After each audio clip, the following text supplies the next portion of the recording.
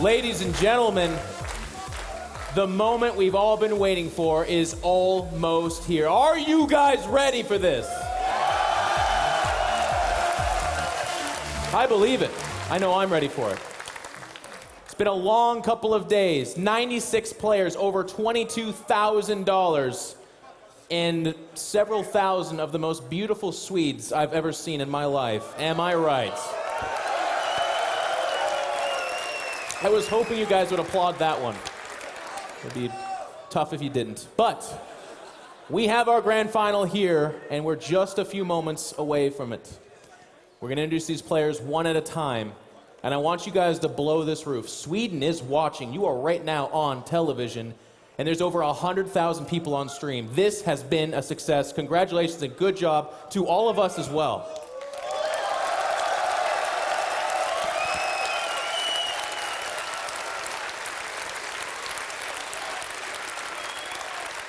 Stockholm, you have been something special.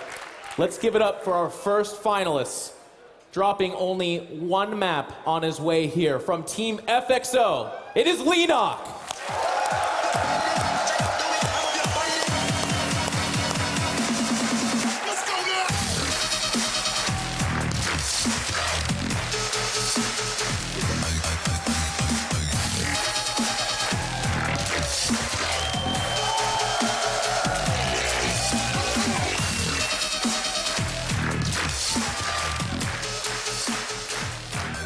Of course, this is a two-man show for this final. You may have heard of the guy we're about to bring out here. It is Alliance Naniwa.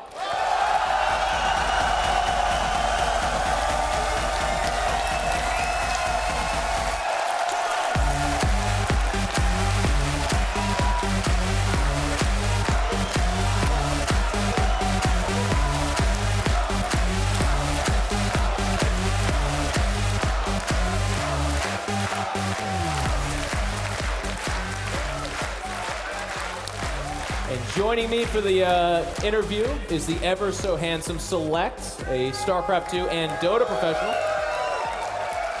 World champion at some other games as well. You need to stop being so good at other games, but he's going to help us interview. Now, ladies and gentlemen, we have the final for us. I've just got a couple of questions for you guys, because you've been up here a whole heck of a lot, and I'm sure you're tired of me, for sure. I know this guy is. All right. Leenock, you have another Zerg versus Protoss. We've been seeing a lot of this Ling heavily upgraded style. Why? Yeah.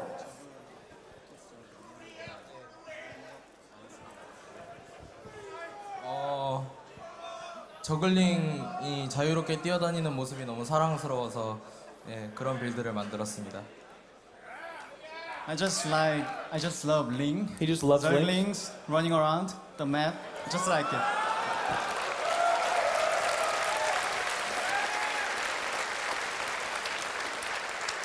Fair enough. Now, you have met Naniwa in the finals of a tournament before. Do you remember that match? And if so, what are your thoughts on that and now playing him here as well?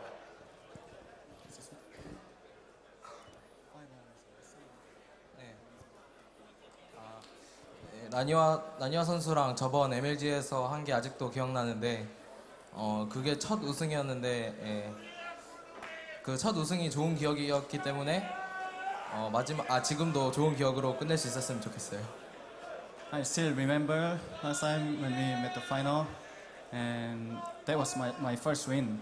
So I'm gonna make this. His like 19th win or whatever it is now. Yeah, very good. All right, let's give it up for Leenock, please.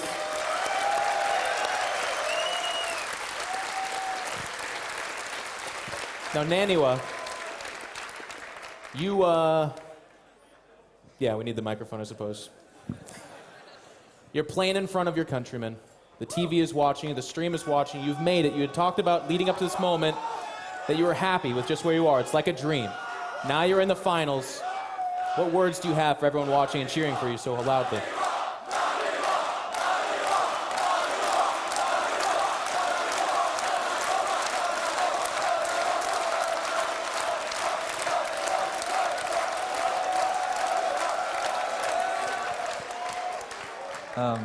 Obviously, I'm very happy, and I couldn't ask for anything more, but I'm never gonna guarantee you a win. I can only guarantee that I try my best.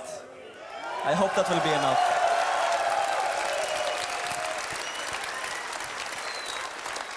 Sounds like trying your best is enough, my friend. Do you have any words for Leenock? He had said that he wants to make this his whatever win. He actually lost track himself. What does this mean for you, and what does facing Leenock right now mean for you? Well, I think this means a lot more to me than him, for obvious reasons. But Leenock is one of the players that I have the most respect for. So I always enjoy playing players who are equal to me or better, because it gives me a thrill, I guess. So I just hope we can get good games, whether I win or lose. All right. Now, Naniwa, I have a special request from DreamHack. It just came in my ear. They would like you to say anything you want in Swedish. It'll be your little secret. Leenock and I will have no frickin' clue.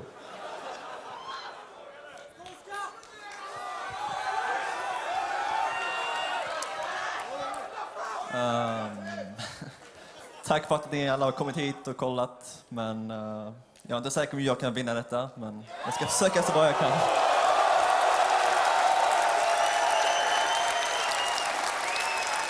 All right. Ladies and gentlemen, let's get on our feet as we watch them go to their booths to do battle. Please. Naniwa and Leenock, let's go. Thank you, guys. Thank you.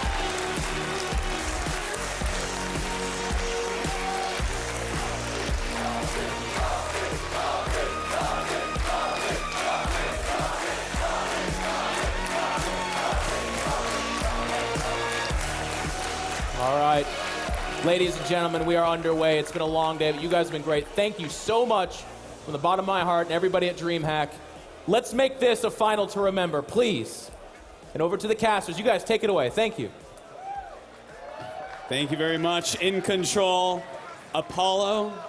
It has been 2 very long, very epic days. That is right, Autosis. And it is going to end in the best way possible. A rematch of Naniwa versus Leenock. From 2011 MLG Providence, where Leenock grabbed his first major StarCraft 2 title, and they fight again in 2013 here, live for you in Stockholm once again. It's going to be a magnificent finals, whichever way it goes, as Naniwa stated. I don't even know what to say. It is a best of 5, so this is going to be a bit different than what we saw before. What do you think about this match? Who do you think takes it? To be honest, I didn't think Naniwa would do as well as he has done here today. I don't think he expected to do as well as he did today. The way he's been playing, I expect him to give the best possible games to Leenock, who's only dropped a single map this tournament. I believe in Naniwa, and I think everyone else in this room right now does as well, Autosis.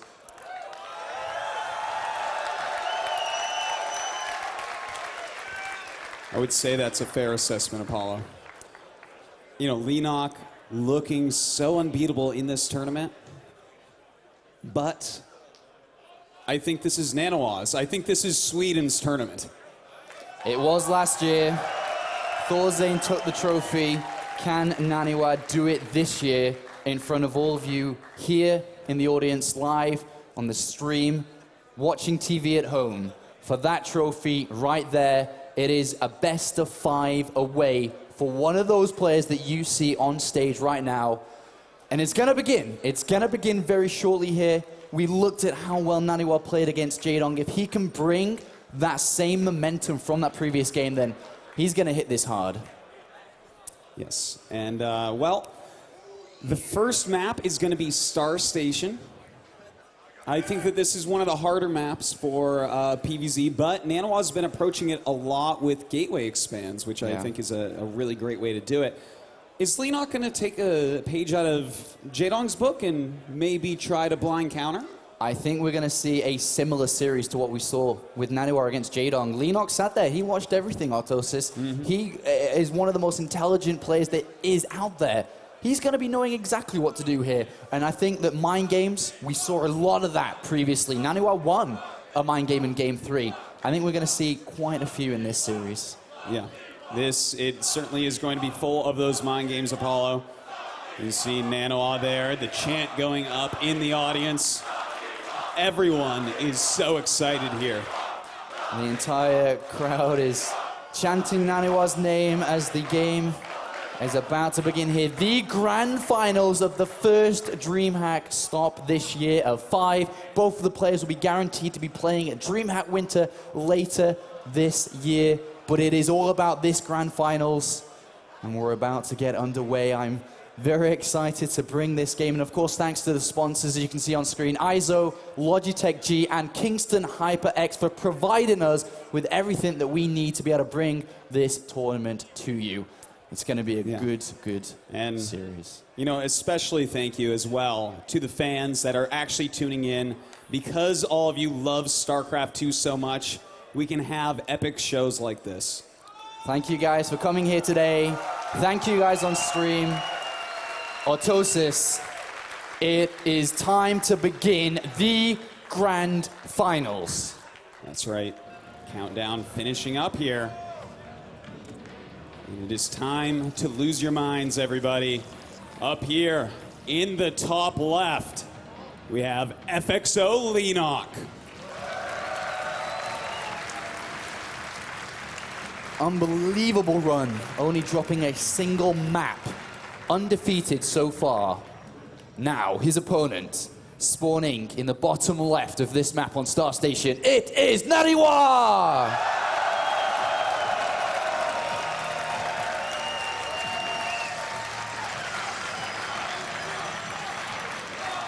There he is, Autosis. Yeah. So I think it is going to go ahead and probably be a gateway expand again from Naniwa. As we can see, the pylon inside the main base, that's his choice of opening, choice of strategy to play out here. I'm going to ask the same question you asked me in the previous game where Naniwa ended Jaedong's tournament. Mm-hmm. Do you think that it's going to be 4-gate into Stargate like we saw previous? You know what? I think it is. I think that is a solid opening.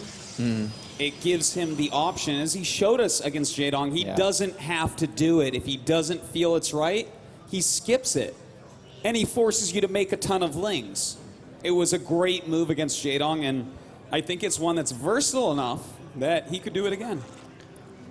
I think a lot of Naniwa's strategy has been revolving around timings, whether it be 2-base, can go longer. Leenock has demonstrated throughout this tournament that he doesn't lose to this kind of play. He is a very tightly defended Zerg play. He doesn't lose to these pushes. Do you think that Naniwa will change his overall game plan, overall strategy against Leenock? Well, we'll have to see. You know, over the course of the best of 5, I think we'll see a lot of that. You can see right now the two players so intensely looking at their screen. You can see Naniwa actually bouncing quite a bit. He has such an adrenaline rush here. It's been a while since he's hit a huge finals like this. And, you know, there's a lot on the line in front of his countrymen that he so badly wants to win for. He's competed in all but 2 DreamHack tour stops since it begun in 2010. His highest result finish was a round of 8. He's in the grand final right here, going up against a 2-time MLG champion, a GSL finalist. This guy is incredible. Well, let's have a look at what's going on here. A second gas was just this second thrown down inside the base of Naniwa. Yeah, looks like he's playing a little bit different than some of the builds that we've seen. But, you know, this is still looking like what we saw against Jaedong overall. Mothership Core is going to give him a little bit more versatility. All right, so the Mothership Core going to pop out here. As stated, we do have gas being mined with speed, being researched for the Zerglings. 3 drones still in gas. We'll see what this means. We've seen a lot of aggression from Leenock in the early stages. I'm not too sure what to make of these 3 workers still being in gas here, to be honest with you. Well, you know what? I think he's going to go for quick overlord speed. It's something that Leenock has shown us he's really liked so far in Zerg vs. Protoss this weekend. And, you know, being able to scout exactly what Naniwa's plans are, that's going to go a long way towards stopping them. With this Stargate coming down inside the main base here, do you think it can be Oracle play like we saw previously from Naniwa? Yeah, I think it definitely can be. He did a great job with that before. And he did a great job with it against double hatch before pulling a ton of queens. So it could be even more powerful here. Well, nothing's been used of this gas yet, and he's starting to stockpile quite a bit. I'm interested to see if he throws down an incredibly early double evolution chamber, make use of that gas he's banking up. Wouldn't that be kind of cool to see? We'll Well, see. he is making a lot of links. He could always do something a little bit crazy, but it looks like you're right, Apollo. Look at that. Really quick upgrade's going to be coming out. And we know we've talked about it quite a few times already, but I want to go over it again here, is that one of the weaknesses of going for a gateway build is that the force just isn't there. But let's talk about this right now. This is a fake out from Naniwa. It's not true. We've seen his build. We know there's a Stargate down, and Overlord is trying to find out as well. But he is forcing Lings, but look, not that many. Yeah, you know, Leenock a little bit too smart for that trick. He's already seen Naniwa try things like this before. He is running some Lings down, but that sentry gets into the hole in plenty of time. And it's going to take a couple... He will force the force field down here, or is he? Well, Naniwa's actually just going to take the hits and save the force field for later on there. Well done. The way that... if we look at that a little bit deeper there, why didn't Naniwa use that force field? How has Leenock been playing some of his games super aggressive? That's right. If that force field had been used... What if Leenock had gone for a mass Ling bust there? You know, the Exactly. Phoenix is not going to be any use against that. So a good choice there. But the next Lings come up and do force that force field. Another good move there by Leenock. All right, once again, Naniwa with these Phoenixes out here, he's killed an Overlord, but the main goal now is to find out what's going on. This is his scouting option. And as soon as he sees these double evolution chambers, he knows exactly what to do. That's what he said in the post-game interview versus Jaedong. As soon as he saw it, he knew exactly what he had to do. And despite having a major disadvantage in that game, was still able to pull it off. He hasn't spotted it yet, though.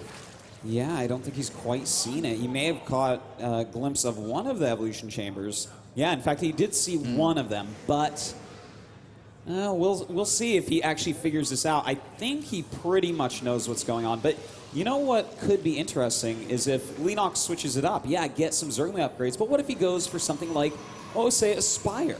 That would be a big twist in this story here. We'll have to see what he does with this layer as it completes. A couple of queens coming across, a couple of drones getting picked off here, and these Phoenixes will fly away. There's 4 queens, a Spore Crawler, and Overlord will go down. He's going to fly past the double evolution chamber. He does see it now properly.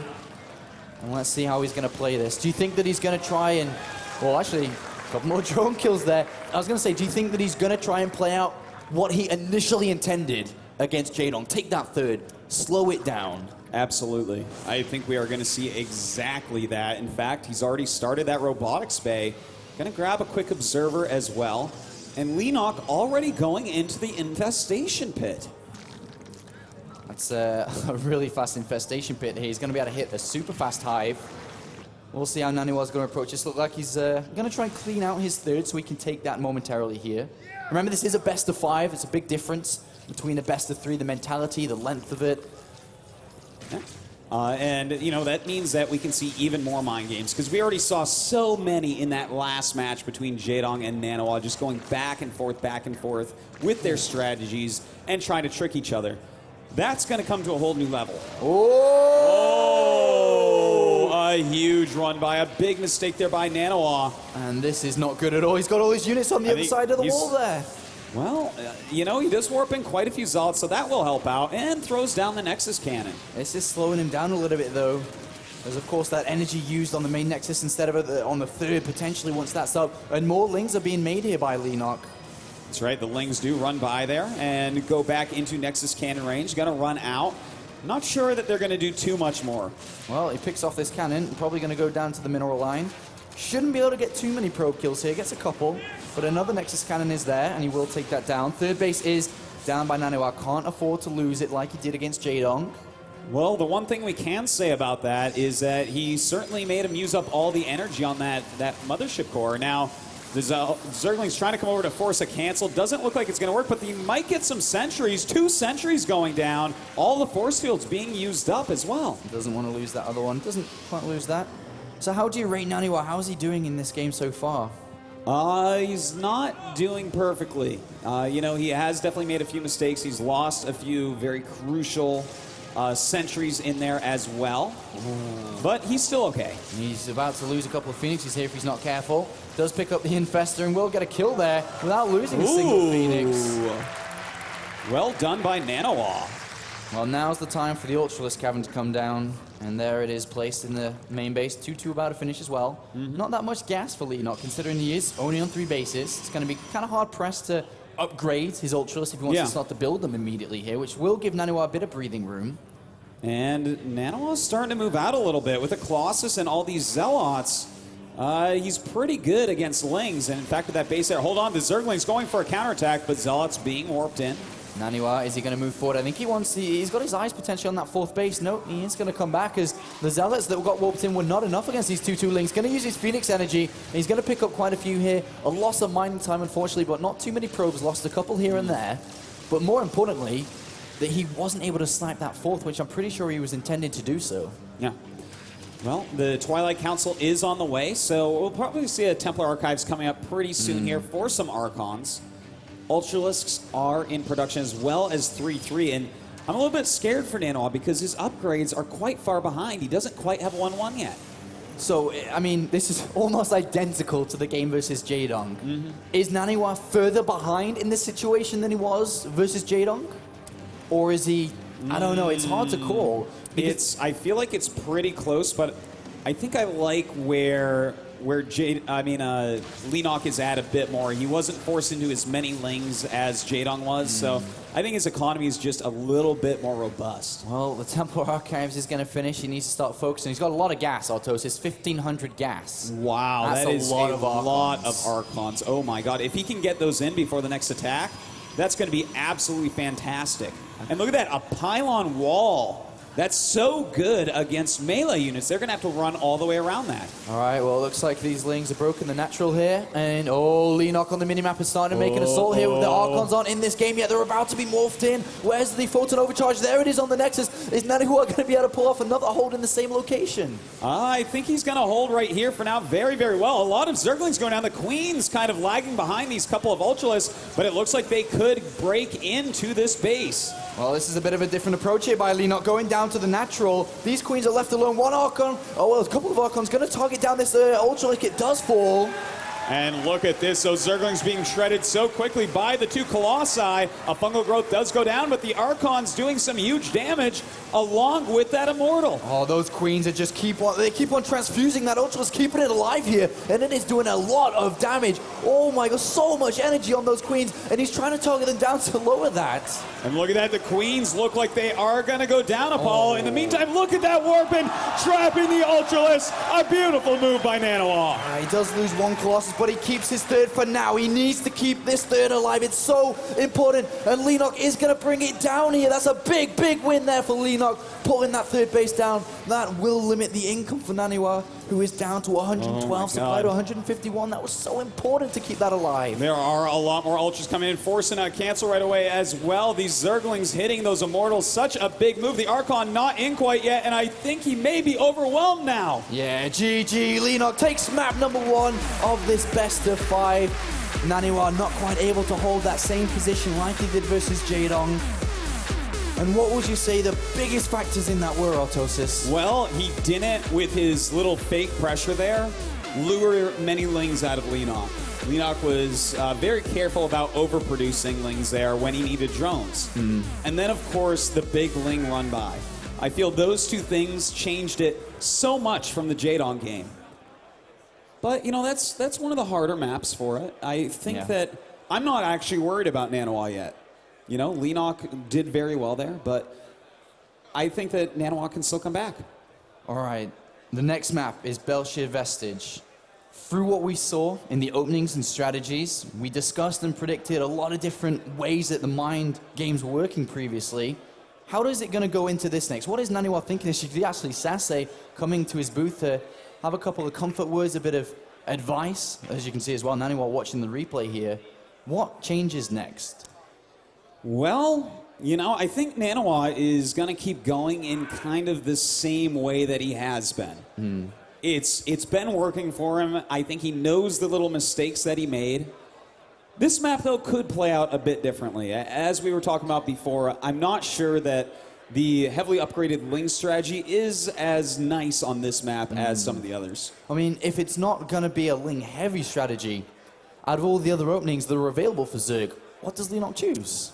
You know, I think it might be nice for him to just go for maybe the speed plus speed overlord, go into Hydras relatively early, and just kind of figure it out from there. You know, the Hydra's going to be very good defensively, so he can go into almost anything from there. Do you feel that Naniwa might try some kind of two-base play as he attempted versus Jadong on Neo Planet S? It's very common for Naniwa to hit someone off two bases. You know, he makes very sharp timing attacks, so definitely could be. And in fact, he might even do something crazy like a Nexus cancel. Well, there's FXO Leenock with a good start to this grand finals here, this best of 5, taking map number 1. And, well, difficult to predict this one for sure. Yeah, it could absolutely go either way, but Leenock already with that 1-game lead. If he can possibly win game number 2, it is so hard to come back in 3-0 from there.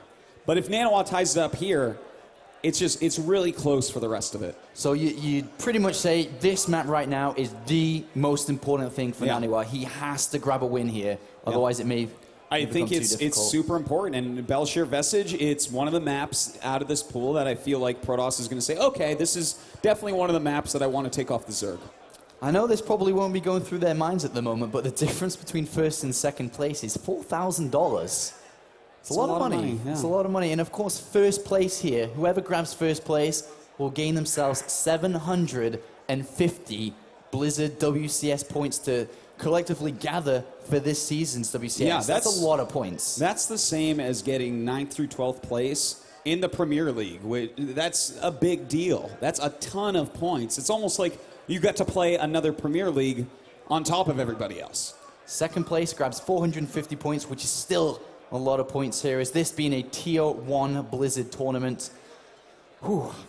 Lots on the line here. And of course, whoever actually wins this goes into rank 1 of the WCS season so far. I mean, points have actually been, small amounts of points have been collected so far, but with the season only just in the round of 32 across everywhere, across all the regions.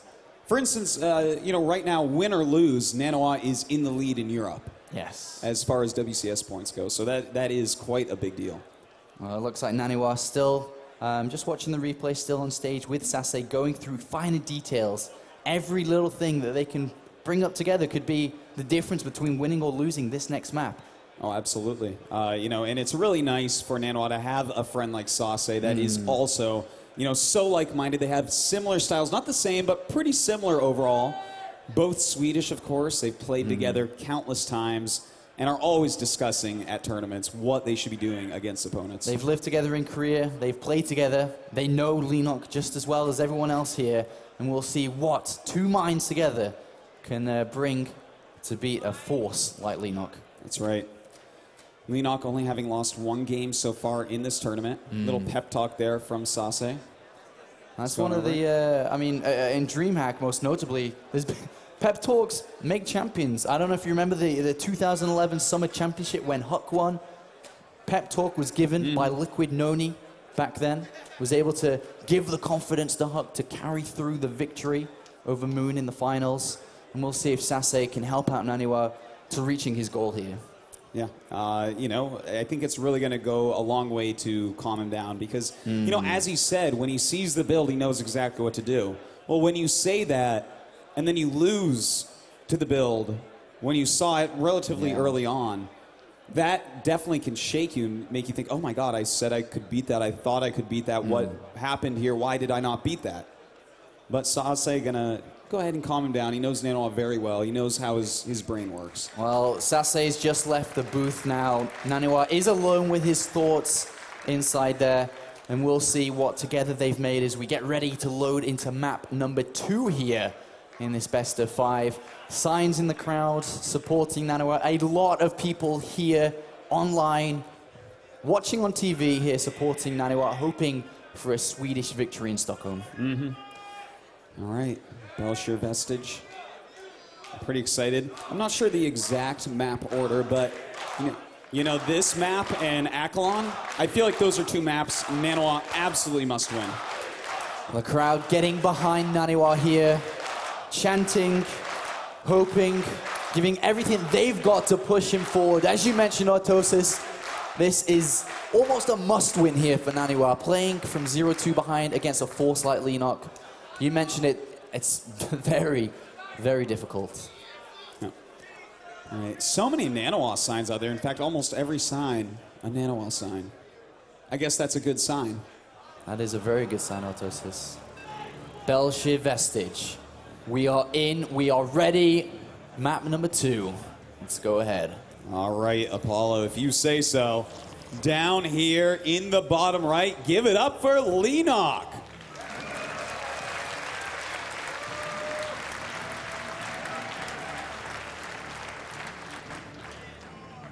Spawning to the top left here of this 2-player map. It is the Alliance Naniwa.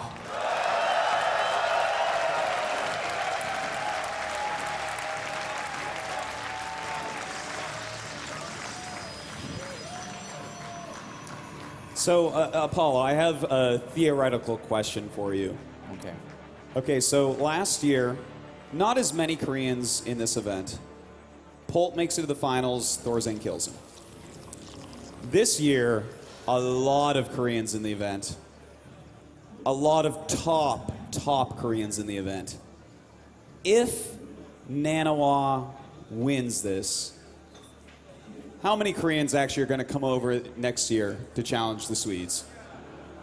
Autosis, in all honesty, I think they all would. They all would. Every Korean. Every single one. 50 million Koreans in the DreamHack Open. It's an We're open going to test tournament. that open part of the name. Anybody can play. Yeah. We'll see how Hellspawn handles that one when the signups come around next year. Hatchery first, Autosis, versus a gateway opening here. Good opener by Leenock. Really nice choice. If he goes for triple hatchery, then Naniwa's starting out well behind. I wonder if he's going to. Let's have a look. I'm actually very eager. Look at We'll that see money it. piling up. We'll see. He's going pretty high in drones right now. no, okay. Okay. My heart started to race there as I he know. moved towards the left. Of course, That's- the direction of the third to the left there. All right, so, you know, this is a good opener for Leenock against Naniwa. I would say it does give him a slight advantage, especially since he's getting this gas so quickly. You know, Naniwa is becoming a little bit more predictable. But, you know, he does look at the replay after each game. So if he looks at this replay and realizes, oh, okay, there's some blind countering going on again, he might be able to mix it up again in a different way, whether that's proxy gates or maybe a forge expand, something like that. Well, let's see what Naniwa's going to do. He's clearly going to throw down his Nexus here, but the big difference between the two different branches he swings with this opening, does he get the second gas quite soon? Or does he start to save his money for throwing down these gateways on the natural here? A second gas must clearly mean nothing other than a Stargate opening, Yeah. unless we see something completely different. Completely different. Yeah, yeah. Well, he's gotten the mothership core without the second gas. So in the previous games where he was going for that really quick Stargate, he was getting the second gas before the mothership core. So it looks like he may go for the gates. Well, there is a probe hiding on that left-hand side here. There's the pylon on the natural. A sentry being built next. What is going through? I think it is the 4-gate coming up. 1, 2. And the third one, and look at that. Look at that Overlord. Right above these gateways Yeah. and spots it as well. He wants to know exactly what's going on, and it is that 4-gate. So he's going to have to be very careful about his probes. Oh, my God. Look at that Overlord placement. He's watching for this probe. And he sees it. He sees it. Now, what does Leenock do here? Well, he starts making Zerglings. But how many does he make is the question. We saw Jaedong overbuild, potentially. Yeah. We've seen other players underbuild and lose. It's a very good question, Apollo. It's because whoever figures out what the actual intention is of the other player first is going to get the advantage here. Well, only a couple of Zerglings have been built here. Is this a bluff? Is it real? Are we going to see... Look at that double evolution chamber going down right now as well. I think he thinks that there's a bluff coming in. I'm pretty sure that this is the perfect reaction from Leenock here. He hasn't overbuilt. He's got 10 Zerglings coming. He's got quite a nifty drone count, but looks like Naniwa's going to continue through with this. Yeah, 8 more Lings are on the way, so he's going to have 14 total against the 5 Zealots, and that pylon is pretty far away overall. So He should be able to defend this, but this shouldn't be a complete waste, these Zealots. I think they'll kill off a decent amount. Well, here we are. What we're going to see here from Naniwa. Is he going to recall? Yes, he does. He gets out with every single unit there. One big thing, of course, is no third base down, which is really nice for Naniwa to keep Leenock back before, as we see that going out of tape. But the big question here is that we see the double evolution chamber down again, and we see the melee upgrades again. Leenock is playing the same style on this map. Yeah, exactly the same style coming down. And Naniwa, you know, he's going to be able to scout it with his Stargate. And hopefully he'll just do a better job this time of countering it. You know, don't let any Lings into that main base. Try not to lose your early sentries with the Lings around or anything like that. And if he can do those things, as we saw against Jaedong, he can beat the strategy. All right, so not too much difference. Oh, actually, hold that. As soon as I say that, a Baneling nest has been put down here for Leenock. Interesting. I think he might be changing things up a little bit here. Yeah, it could be. You know, the way that Naniwa's been going about countering this build is making a lot of Zealots, a few sentries, and going into Colossus. Well, if you get Banelings with speed, you're going to clean those up so quickly. Well, let's see as this layer finishes. If he's going to research Ventral Sacs and start to think about researching Overlord speed as well. Hasn't quite got it yet, as we can see.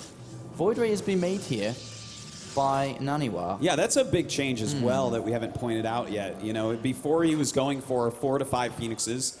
Here, pumping out that Void Ray right away. Obviously, the Void Ray is going to be very useful against Ultras if they do come.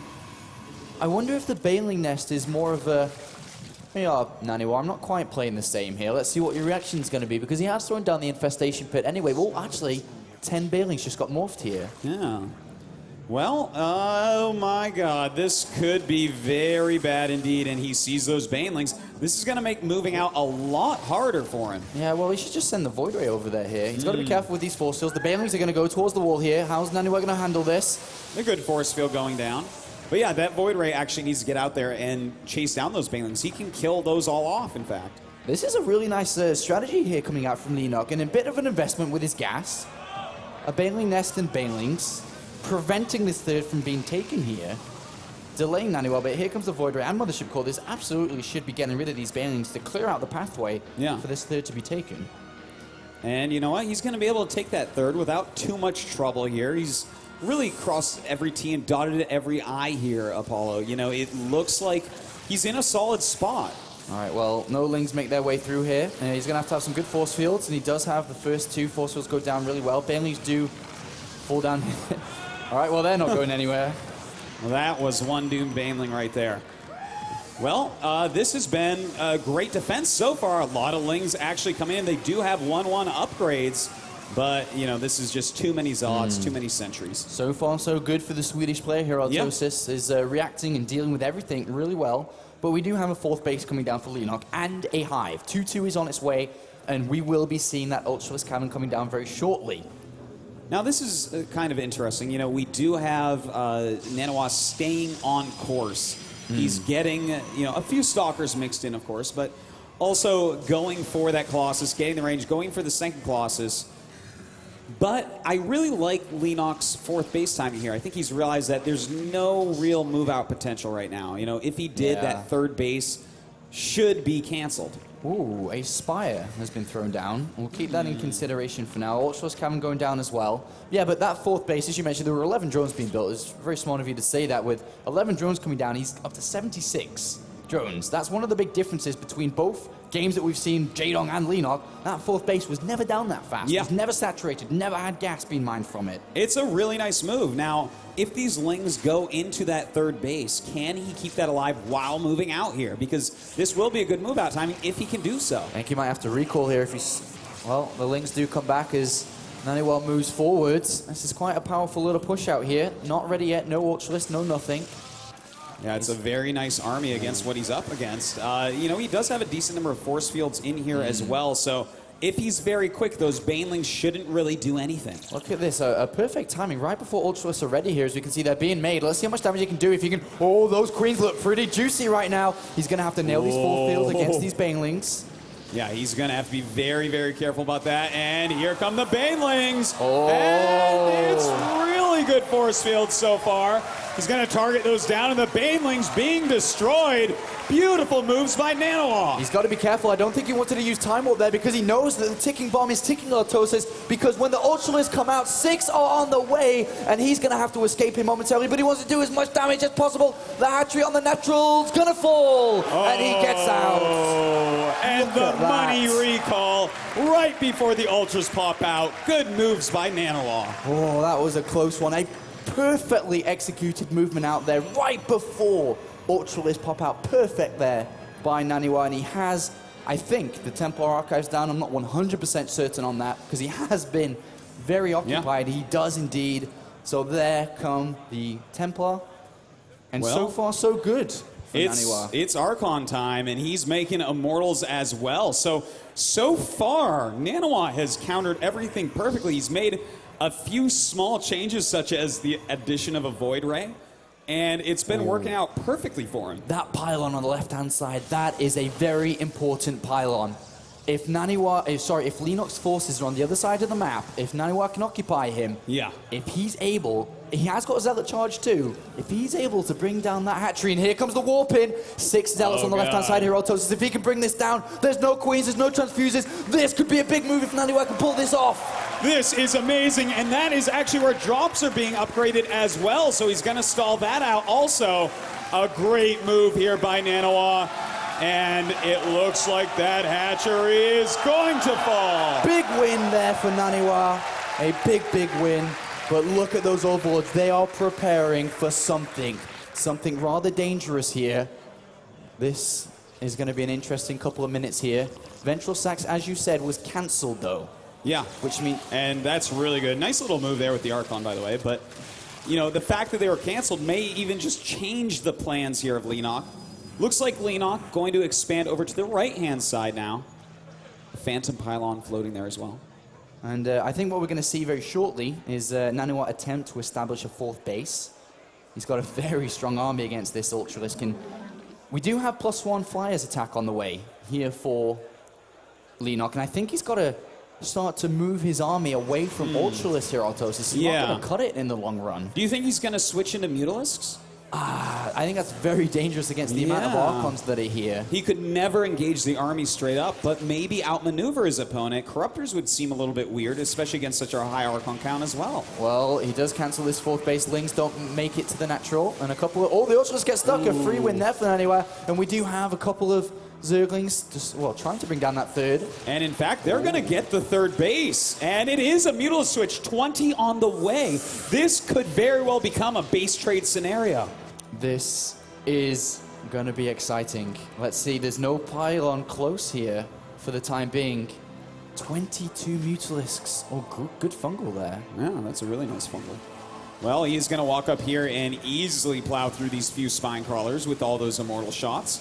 The Zealots charging forward as well, but 20 Mutalisks come out. He's going to have to clump his army oh so well, targeting magic boxing down these Archons. Beautiful moves with this Mutalisk, and Naniwa could be in trouble if the Mutalisk can survive. Well, he needs to warp in more and more Stalkers here. There's not too many Mutalisks. They only have +1 attack here. +3 may, or +2 may be good enough for Naniwa. Look at that, the Mutalisk fly away. 160 supply to 103. Naniwa may be able to tie this series up right now. There's nothing. There's just Lings and a couple of Mutalisks coming. He just needs those Stalkers to come down and give some support to his anti-air units down here, and in fact, they do join up.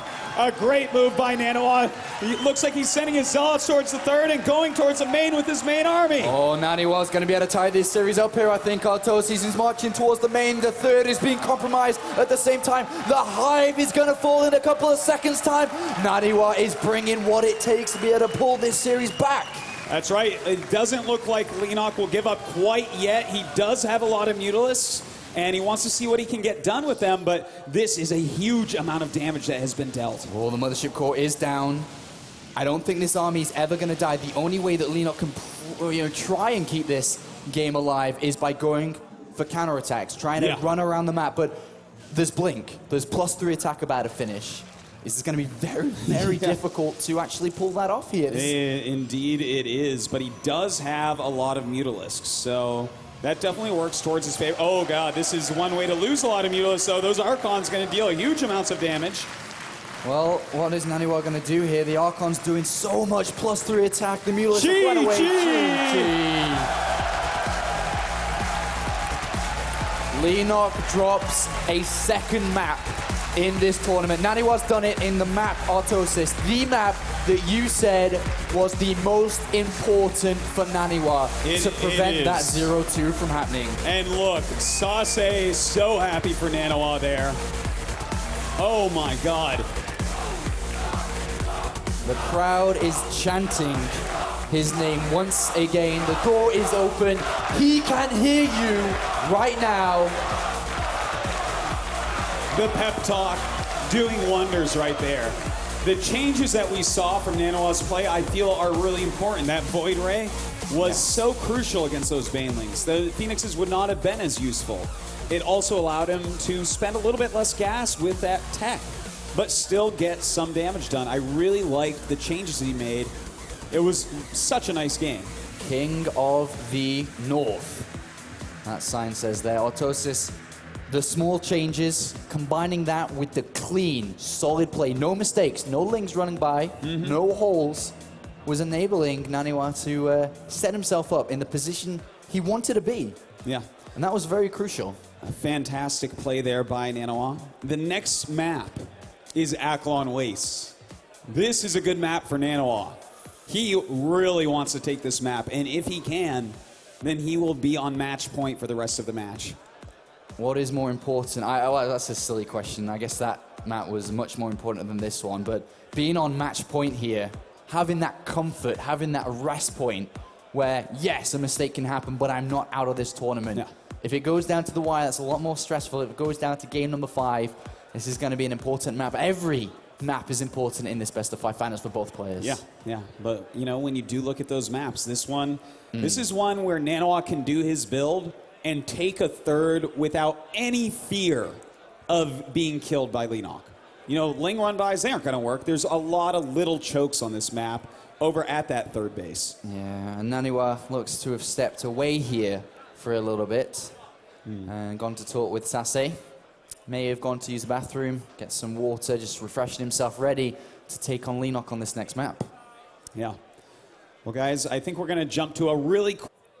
Welcome back, everybody. This is the finals of the DreamHack Open Stockholm 2013. Once again, Korea against Sweden. And, you know, I oftentimes call Sweden mini Korea. And yes, I'm American, but I do know that, in fact, Sweden is geographically larger. But I'm talking about esports, okay? The second best country in the world for StarCraft, very much most likely Sweden. There is nothing that I can add on to that, Artosis. Perfectly nailed. Yes. Game 3 is about to begin. We are now loading into Game 3. I'm very excited for this. It's currently 1 apiece. 1 Sweden, 1 Korea, 1 Naniwa, 1 Leenock. Let's go ahead and introduce our first player down here in the bottom right. It is FXO Leenock.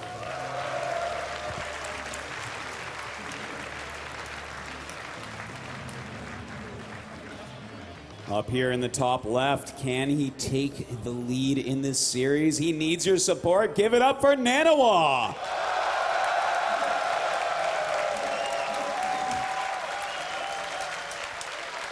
I know this is probably a very difficult question to answer. Yes. What do you think Sase said to Naniwa in this break? Well, based upon what I'm seeing here, he may have said switch it up. Go for a Nexus first. Not a bad choice, really. Well, we'll see what Leenock's going to do here. I agree that that may be the best thing here for Naniwa. You actually nailed it before. You mentioned that Naniwa was becoming a little bit predictable in what he was doing. He was doing the same opening, was switching one way or the other, whether it be a Stargate or 4 gateways. This time, for the first time here, maybe for the first time this tournament, is going to be opening up with a Nexus first. Gas has been taken here, Artosis. What do you think about this from Leenock, Apollo? I think that he was expecting a gateway opening again, Yes, Artosis. I think so. And let's see when Naniwa, if he scouts. He's, you know what? If Naniwa scouts after his Nexus and he makes a forge right away, Leenock's going to be sorely disappointed because a wall in with a cannon behind it is pretty darn good against speedlings. Well, let's see where Naniwa's going with this. So he's got that's pretty greedy. A second pylon. Yeah, he's getting a little bit greedy. If he goes for a gateway, I'm going to be very sad for him. He's going to need a forge coming down next. 150 minerals. Forge. Okay. He's got the forge coming down. Second pylon does delay it a little bit, and he is going off the scout now. 2 Zerglings and speed immediately researched. All right, 4 Zerglings now. He may sit on 4 for a little bit, got a couple more drones to get his economy going more, but as speed comes closer to finishing, I do expect a few more Zerglings. I'm liking this for Naniwa. I am too. As soon as he goes in and sees this, and he may delay it for a little while too. Oh, no, he doesn't quite. Oh, do you agree that he should be going home? Do you think he should attempt to get in there to try have a look at the gas? Yeah, I think he wants these Lings to chase him more than go over towards his choke. But I think he's trying to check out what is on the way because that hatchery not being up, that's weird. That's bizarre. Yeah, that's a weird timing for that hatchery. And look at that. He's making those Lings chase him. And he's going to figure out pretty quickly exactly what this is. He's going to look down to see if the hatchery was taken. If it's a mind game, was it taken somewhere else? No is the answer for Naniwa here. Gonna see if that's down on the natural. He's got a second probe out. Yeah. Second probe, looking for double confirmations. If this one dies, he's got another one. He sees it coming down. What can this be? He needs more intel, and this is a really smart move. He may even check the normal 4th base location behind those rocks, but no, it looks like he wants to go straight towards that main base. If he can sneak in and get a look-see, that's going to be really nice, but speed is about to finish. He's not going to get too much information No. in. There's a lot of Lings out there. There is a cannon, though, and a full wall off. Leenock, though, has gone to the back wall. He's gone to these rocks. Yeah, it looks like he should be able to see that. So, you know, he can do this a couple ways. He can try to make a cannon up there. He can make a wall in. I think he saw that quite late, Artosis. I'm not too sure. Does he actually have time? I think he may have to just make a secondary wall in right here. Yeah, and that right green in front line. of the ring. We'll see. What's he going to do? A smart move by Leenock, by the way, because his opening build was not good against what Naniwa did, but he's making it work, kind of. With this second wall off, I don't think he needs to be worried too much, to be honest. An extra gateway will complete that wall off, I feel, in between the cannon and pylon. Yeah, pretty much. But the rocks have been left alone here. Yeah, you know, I guess he knows that there's no real way to get up there and do damage right now. So okay, we've had an interesting open, should I say, from Leenock. Double cannon down. Has Naniwa overbuilt in defense? Is he in a good position right now against Leenock? I mean, Leenock's got the supply lead, but does that put him naturally in the lead? I say that Naniwa has taken a lead here. I really like his position. It was a very late expansion for Leenock, a much quicker one for Naniwa. He could afford the second cannon. He could afford walling in all the way. He can afford going for sentries here. And he's going to easily get out some Phoenixes to help him scout some, and it shouldn't really be too hard for him to take a 3rd base either. Yeah, I really like his spot. I think that he's going to play this out in a textbook style of play from here on out. The robotics facility should follow. He'll play it relatively safe, but still looking towards taking this early 3rd. And we'll be looking most likely here for just a big 3-base timing. Couple of Colossus, move out, depending on what he sees, of course. But Leenock here, 3rd base only just coming down. All full gas is taken. No evolution chambers at all here, Artosis. Yeah. Is this an infestation pit? I don't think it's a spire. I think it might possibly be a Hydralisk den. He might just try to push around. Yeah, the Hydralisk den does go down. Okay. I think he's just going to push around a little bit with Hydralisks. You know, maybe try to pick off a forge, pick off buildings that are at the front of the wall in, maybe force Naniwa into a more defensive posture for now. Good scout there by Naniwa. Hallucinated Phoenix makes its way in, sees the Hydralisk den going down. Also the 3rd does get picked off there. No evolution chambers, though. That is a little bit worrisome, I still feel. Because even if you see the Hydra den, you're wondering to yourself, is there a spire somewhere? That is Because true, yeah. why would you get Hydras if you're not looking to upgrade them at the same time? That is a mind game which Zerg players like to play. So I think that Naniwa, despite seeing it, unless, well, I think he's going to see the Hydralisk pop out shortly, and then he'll be feeling a little bit more comfortable. In Do you think we're going to? to see him try to catch Naniwa with a Zergling Hydralisk all in? He might. What's his drone count now? 48. See what he produces off this next Yeah, set if he of doesn't larvae make here. drones right now, then Well, this is very likely going to be kind of an all-in attack. And I There's think something he's going to Naniwa's have fine to damage against with. it. Yeah, oh, that's... Oh. What is... Uh-oh. I wonder what Naniwa was doing right there. That was a little bit sloppy. I'm not going to... Oh, Not gonna it is lie. a Spire, Apollo. Ooh. Only a few Hydras. Ventral Sacs as well. Still not 100% comfortable with the way this is going for Leenock. I actually can't pinpoint exactly what it is yet. Yeah, It's it's very misleading. This is a pretty tough one indeed. The combination of Spire and drops. These Lings are is pulling these not- high. Oh, Naniwa. Well, this is pretty good overall. You know, those force fields lock out some of the Hydras, but they do have good range and still hitting the Zealots quite heavily. Yeah, it's not too bad there for Naniwa. Could have been worse, but definitely Yeah. okay. Well, he's going to have the Colossus pop out, and then he should be fine. I think that Ventral Sacs might be a mistake here. Do you Because think so? on the keyboards, when you want to hit Lava Inject, it's V. Ventral Sacs hotkey is also V. It doesn't make sense. The Ventral Sacs for me doesn't make sense No, at this point. I do have to agree with you. I mean, by now he would start Overlord speed as Exactly. well. So And what's I think he going to you're drop? right. These Hydras? It's a mistake. I believe it is anyway, at least. Well, hopefully he see. makes use of it. Maybe some Zergling drops to go along with his Mutalisk harassment. Yeah, we'll see. There's a +1 attack has been researched. That's Wait. kind of a big deal, man. That's 200 gas. That's 2 more mutas. He could be making 7 mutas right now. Where is the Spire? Naniwa has seen the Spire. I don't know if we actually saw that. I was looking at my screen. He's seen the Spire. He's making Phoenixes here. 2 Stargates coming down. Oh, we might end up seeing some Sky Toss here, Apollo. And I quite like that position for Naniwa, to be honest. He's got cannons coming. He's got 2 extra Stargates. We'll see how much of a commitment that Leenock puts towards this. Is he going to keep up with Mueller's production? Does he go over to Corruptors to support them here? I'm interested in this one. Let's have a look at objectively for these Mutalisks. Does he use them for harassment against Phoenixes, or does he try to snipe the Colossus and allow the Hydras to come into this third? I don't think there's enough Hydras to really risk something like that. I think these are going to be for harassment. Of course, he's going to be repelled pretty easily, and with 3 Stargates up now, I mean, the Phoenixes are going to overrun them very quickly. Well, this third base cannon, has gone down. Naniwa obviously not going to lose this Nexus, even though we'll take a little bit of damage. +1 attack is on the way for air. And the Zergling's basically not getting through. Everyone getting killed before even getting the main base. Mutalisk trying to take out this Phoenix, but there's going to be a lot more of his friends here soon. Well, let's have a quick looky here. And there we do have the Phoenix range coming in, Artosis. Also, +1 attack is on the way. He's already got 5 with 3 more coming out. And there's a big switch right now into Hydras. This is going to be really helpful against the Phoenixes, but, Naniwa can always go right back into, some range Colossi. All right, sorry, I missed that, Artosis. okay. Can you update me?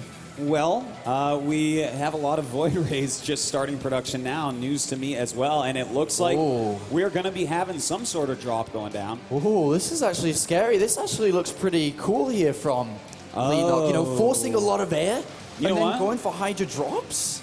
That is true. He might just drop into third base and target the Nexus. Remember, though, these Hydras don't have upgrades. 3 Evolution Chambers.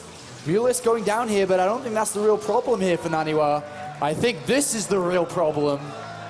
But you know what? I think he may have enough if he just warps in a little bit more. He has a lot of Phoenixes. He can lift up quite a few Hydras. That's right, and, well, the Phoenixes are coming back. Oh, what a big warp in! Clutch warp in right there, trying to micro back, picking off some Overlords, but most of the Hydras do get out. Where are the Phoenixes, Artosis? Where are the Phoenixes? They need to come help out in this main base here. As you said, they can pick up a lot. They haven't been using their energy. They've been flying around killing Mutalisk, and here it comes. 1, 2, 3, 4, 5, 6. 7, 8, 9, 10, boom! Every single one of them are gonna get cleared up. That is a pretty nice defense, Autosis.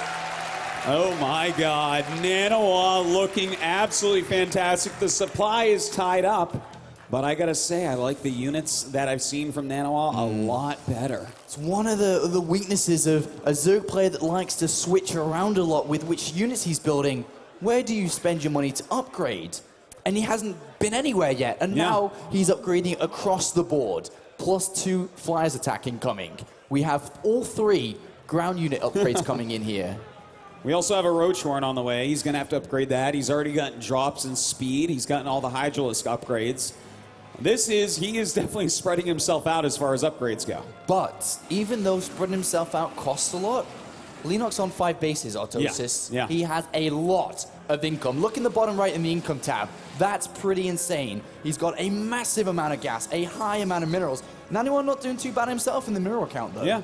Yeah, he's doing very well with it. So Naniwa, he's going to be able to start moving out, harassing, and taking a 4th all at once because he's getting this kind of sick unit composition that's so hard for Zerg to fight against.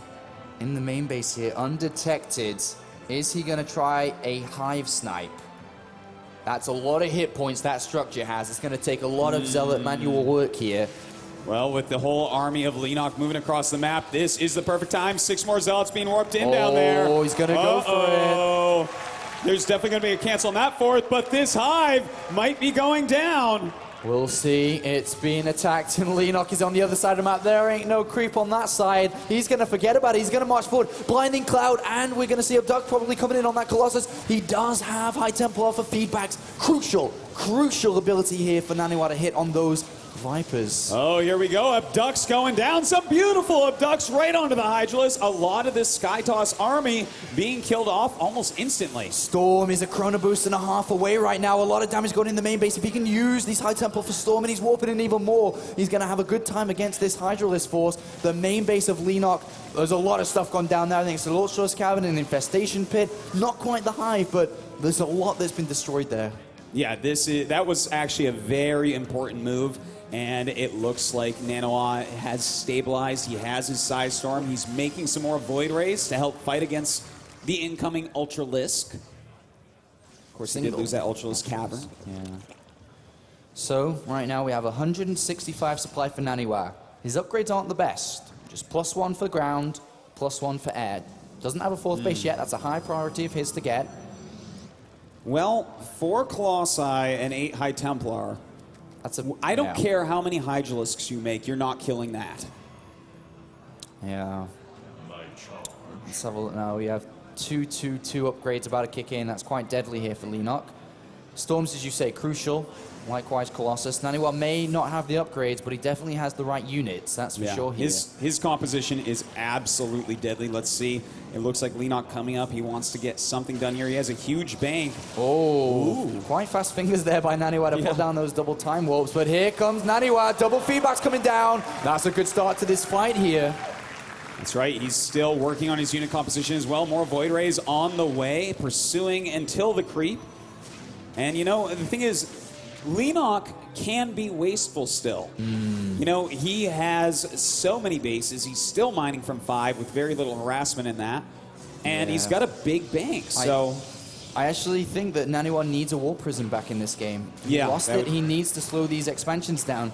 Because Leenock right now, with all these upgrades, 5 massive upgrades coming in. This is actually a nice harassment technique here coming in from Naniwa, but I don't think it's going to be too successful here. And that's quite a lot of Zealots that are going to go down. But with all these upgrades, all these Ultralisk, Leenock still has 2,500 gas in the bank. He can mold a new army around what Naniwa is weakest in, and Naniwa can't really adapt to anything here with only 200 gas available, and he's not maxed out yet. And it looks like he's going to go mostly for Ultra Hydra here with some Viper support. And that's a very powerful unit composition, but, there's a lot of Void Rays, so if he can get rid of the Hydras with splash damage, the Ultras will be easy to clean up. Well, Naniwa is going to swing around this right-hand side here. Leenock wants to fight. He's got a lot of money. He wants to rebuild this army over and over and over. Doesn't want to just throw it away, though. Oh, no. Oh, the Viper's trying to come in. They want to get some good abducts down. And are they going to come in? 1, 2! Oh! Big adubs there. Another one coming down here by Leenock. And that is a pretty good set of adubs. But, oh, good counter storms coming in by Naniwa. Beautiful side storms indeed, but you know what? Leenock killed, oh my god, 36 Mutalisks are on the way. Oh. Never mind anything else that happened. This is going to be crazy. Now, the 36 Mutalisks are probably going to want to fly right into the main base and take out Stargates because he already has the range upgrade for Phoenixes. He already has really good attack upgrades. If he can get back into Phoenixes, then Leenock's bank would have been for naught. Artosis, these Mutalisks have +3. Yes, they certainly do. This is scary stuff right now. I really like the way that Leenock's played this out really well. Yeah. Let's just say that from the get-go. He's banked a lot of money. He's built the right army now. Let's see how it's going to go down. Storm is going to be very important here. That is a lot of Mutalisks. He's got to be careful around the Archons and the Psy Storms. Oh my god, that is a death ball if I've ever seen one. And they're going to fly around, and with +3 attack, they're going to pick off structures immediately here. That is so many Mutalisks. As you said, the Stargate's key to take down. Temporal Archives is probably not a bad structure either. Yeah, in fact, even taking out that fleet beacon, everything dies so quickly to 36 +3 mutas. It is absolutely insane. Going after those Stargates as predicted. Very good moves going down. And 3 Phoenixes, I mean, you can micro that. It's going to take you about 5 days to kill all those. So. Yeah, and remember, he does have +2, almost +3 for these Phoenixes, which is really nice against these mutas without any armor upgrades as of yet. But the Stargates are going down. Oh my, what happened here? Well, a base went down, Artosis. Oh, okay, thanks. All right, well, a Psystorm does go down, and the Mute is being chased out a little bit, but for the most part, they're still green. If somehow Naniwa can find a way to trap these Mutalisks, if he can corner them somehow, if Leenock makes a mistake. Well, you know, he's, a good Psystorm, but these Mutas will heal very, very quickly. Archons on the right, Storms on the left. A lot of damage going down. Remember, these will regenerate relatively fast here. You know, a big problem here is that Leenock has a 4K, 2K left over, and he's going back into Ultras. And of course, Ultras a pretty good counter to Phoenixes if Naniwa gets those going again. And the counterattack is not an option here for Naniwa. There's so many spines in the middle. He's going to have to play defensive, and that is playing into Leenock's hands here. That hatchery snipe was important, and we're going to have a bit more damage going down in the main base here. These Zealots with +2 and charged in quite a bit. Yeah, they'll kill off all these Hydras, but the Muta's coming back. At least this buys him a little bit of time to try to prepare a bit more. But this huge switch into Ultras, the tech switches of Leenock here have been absolutely fantastic. What does Naniwa need to do to get on top of these? It's almost like harassment isn't the answer anymore because it's just too late. Yeah, and in fact, Leenock taking yet another map.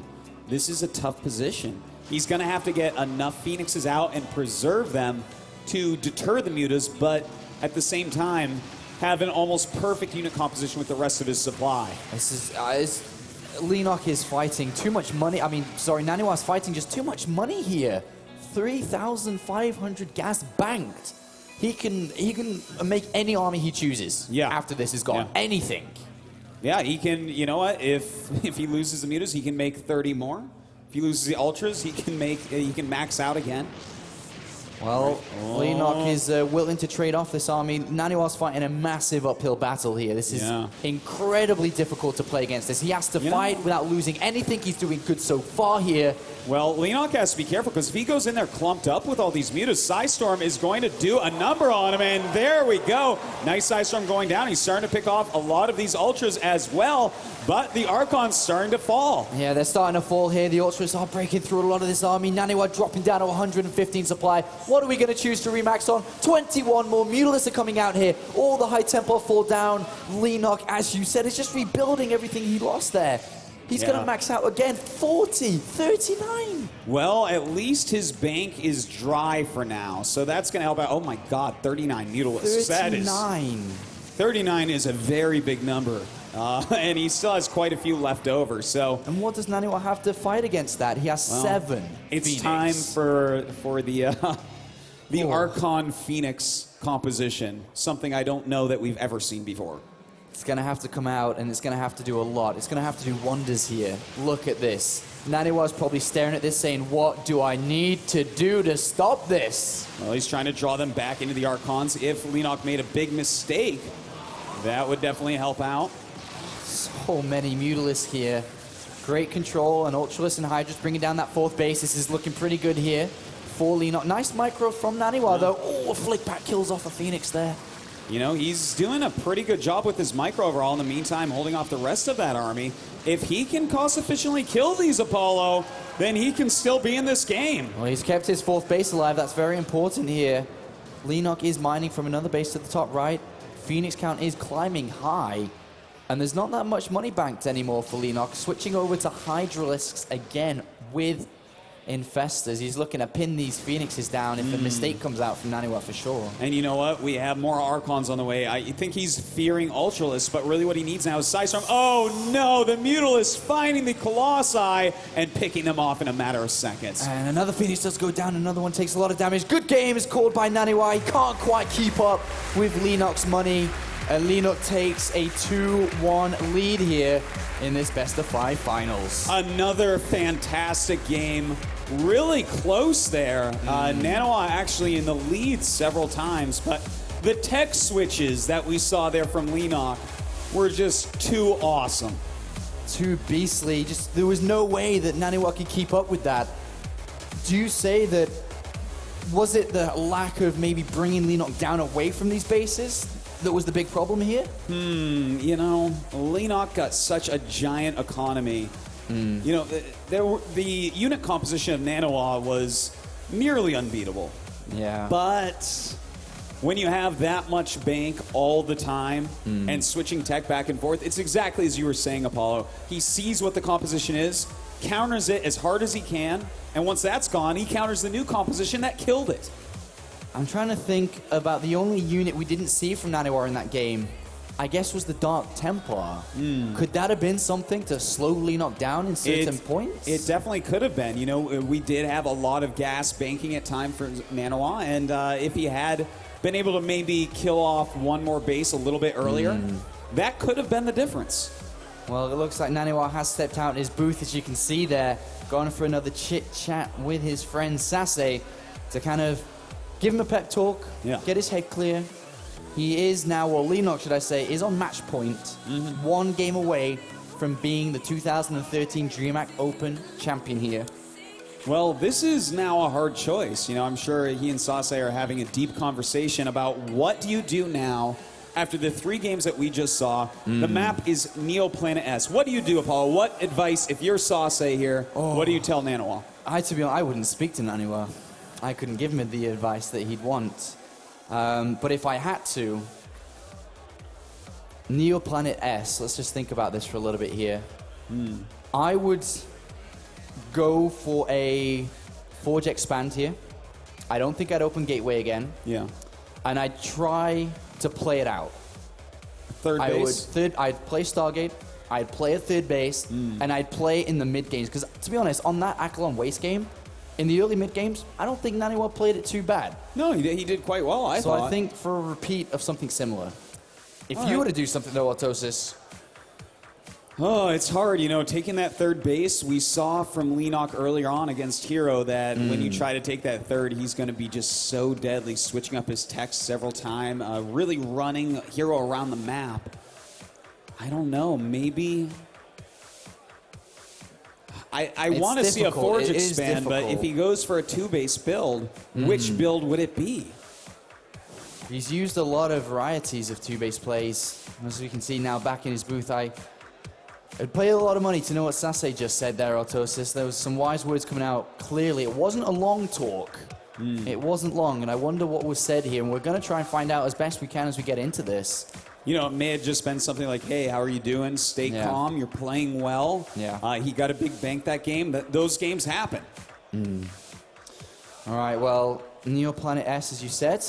The next map here, Naniwa is ready. Leenock is ready. That's right. It's going to be beginning here in a couple of minutes' time. Yeah, we're going to be starting that in just a second, guys. Are you guys having fun?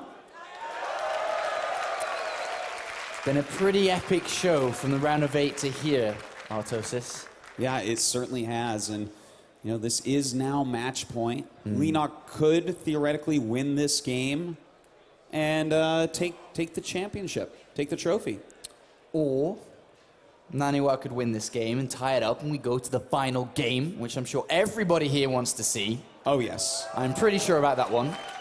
Leenock's best friend might be in the crowd, and I think still he probably wants to see game number 5. Probably. This is some good StarCraft we are watching here. Some really high-level StarCraft between two fantastic players. Happy to see Naniwa come back to the top tier of a tournament finish once again. It's been a while, as you mentioned a little bit earlier. You know, if he does end up losing here to Leenock, is Leenock then considered a thorn in his side? Being eliminated in 2 championship matches at top caliber events. 2 tournament finals, that would be a pain. But Artosis, the game is loading. The game is ready. Let's get into this map. Number 4. Let's do this. It's now past midnight here in Stockholm. Is it now? It is. Wow. Time flies when you're having fun. Yes, I guess it does. All right, guys, down here in the bottom left, he might be the champion after this game. Give it up for Leenock.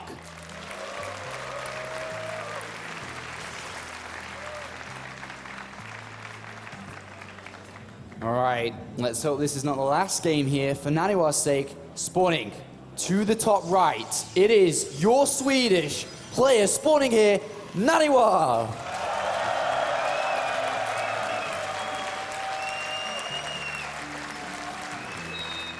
Nailed that intro, Artosis. That was sick.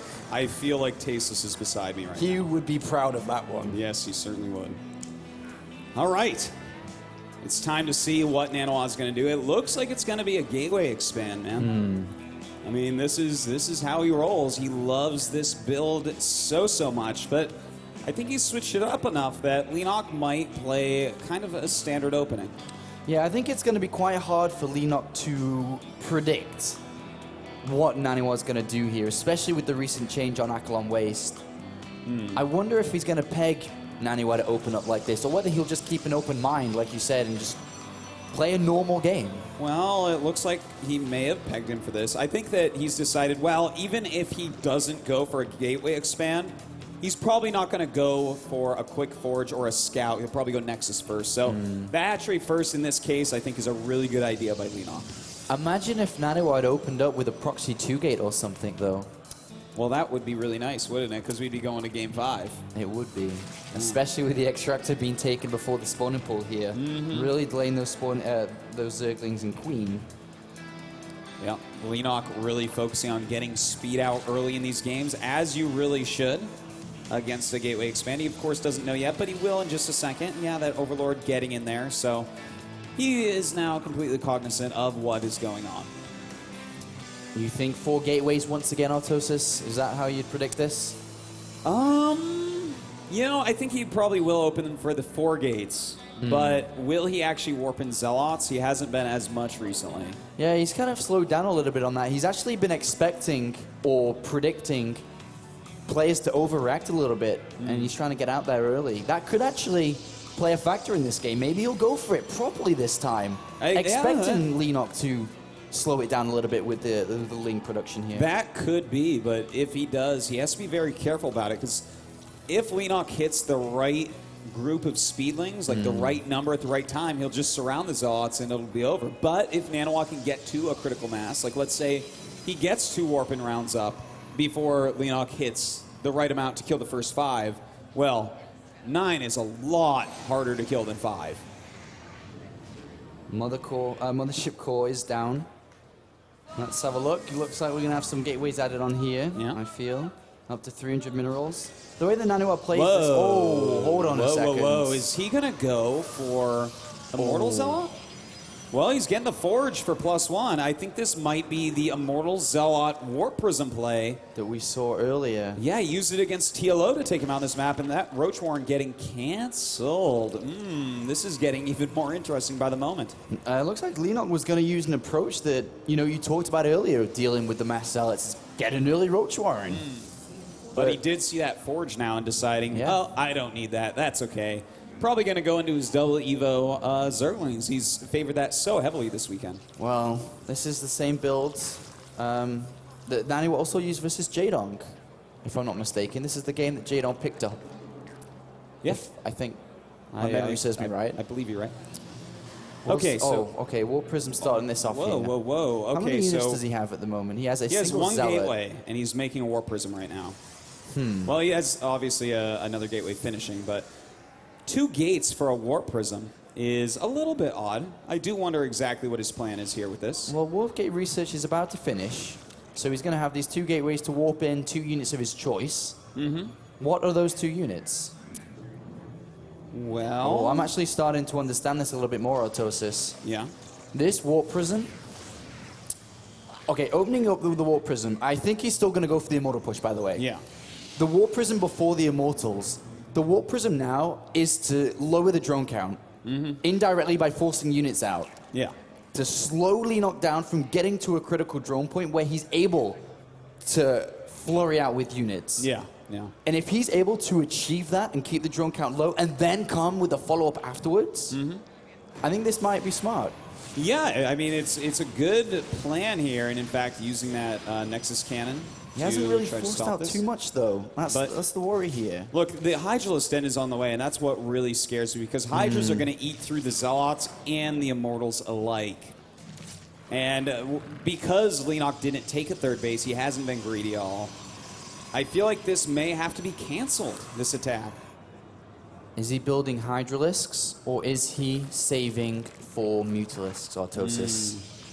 I'm not sure, but he is taking a base in the top left, and I that's think it's kind of going to be interesting. Mutalisks. Because Naniwa will not go up here, and if he's able to camp, and when I say camp, defend 2 bases with spine crawlers, Yeah. mine from that base up there, have a little bit of extra income to support Mutalisk production here. Look at it. Well, you know 5 what? spine crawlers. It's definitely going to be Mutalisk, but this Warp Prism's coming out with 2 Immortals already in it. If he warps in 7 Zealots like he's going to do, he definitely can shred through those, but there will be Mutas on the way. The next warp in here is going to have to be... Oh, actually 3 Queens, a Transfuse available as well. The next warp in, how is he going to do this? Could he ferry into the main base? Well, it looks like he's going to try it. He's got to get those Zealots up there ASAP. Of course, the Immortals don't do too well against Zerglings. He cannot lose that Warp Prism. What's the next round of units? I think he's going to predict that Mulis are coming. I think we're going to see some Stalkers. No, it's 7 Zealots here. Oh Mulis my are God. on the way. He's going to try and overwhelm Leenock. Can you remember if He Leenock needs to move holds those this? units. Okay, there you go. He's going in towards this layer right now. If that And Warp Prism gets sniped by Yeah. the Mulis that come out with the Queens. That would be very rough. But you know what? If he kills off a lot of drones here and the layer, then maybe he can get to a point where this was okay even if he loses it. All right, here comes the Mulis. What are they going to do? They've actually just popped out. The Warp Prism is being targeted down here. You know, he's got to be careful too because we could see a recall coming up. Oh, the layer does go down. This is very tense. It's not we're going to be able to push this through. He's 88 supply, 90 supply, +1 attack here is doing a lot of damage. Stalkers appear from the left-hand side. There is his anti-air. Beautiful +1 attack. move right there. He made it look like he was going to do a recall, but absolutely did not. Now sending his Zealots down the ramp here. He's got to target with the Stalkers. The Spines are going to want to target the Stalkers as well because the Mutas are all that can clean this up. Where are this new set of warpins? He needs to warp in some more units. He doesn't have that much cash. Remember, he's only mining from 1 there. These Zealots, though, are just shredding through everything. The Mutalisks are left alone, though. This is incredibly tense. Yes, you know, Naniwa's doing damage, but no, he's not dealing with the Mutalisks at the moment. Can he get that hatchery? I'm not so sure that... Oh, trying to come down and get that extra hit. Can he get this hatchery? This is crucial to the game. And oh my God, GG!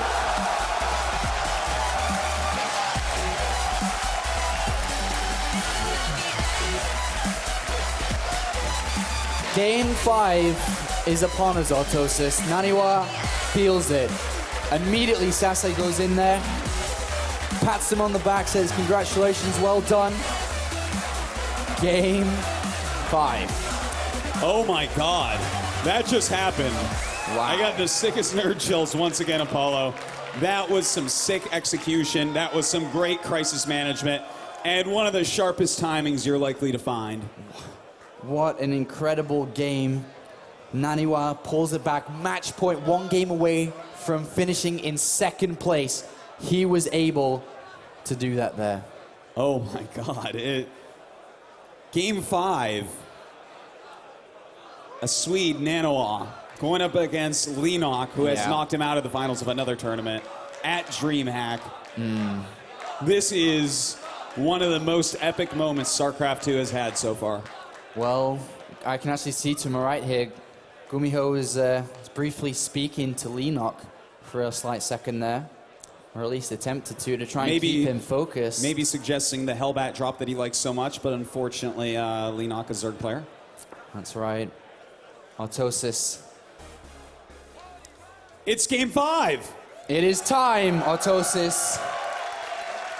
We are ending this DreamHack tournament, this 2-day tournament. 96 players to remain. In just moments' time, we will have a champion. Will it be a Swedish player? Will it be a Korean? The map is Whirlwind. Everything is on the line here.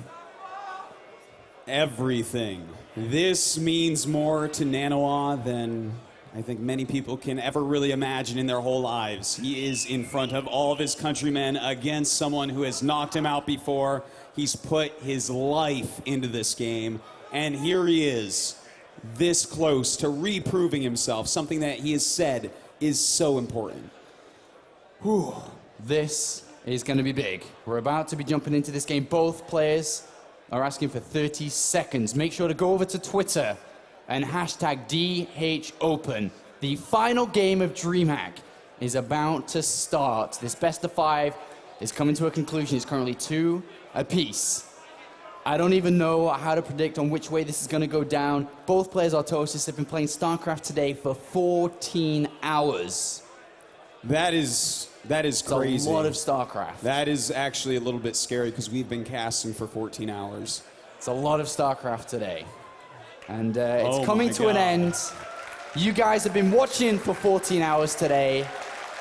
We're all in this together, both players on stage, you out in the audience, us here casting it as well. Look at that countdown. This is it. It is beginning right now, Autosis. The end is near. Down here, spawning in the bottom left of Whirlwind. Make some noise for the last time for FXO Leenock!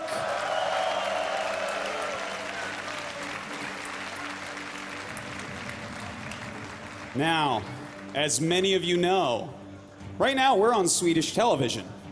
And I want you guys to show everybody just how much you care about this awesome game and this awesome player. Make noise like you have not before. This is Naniwa.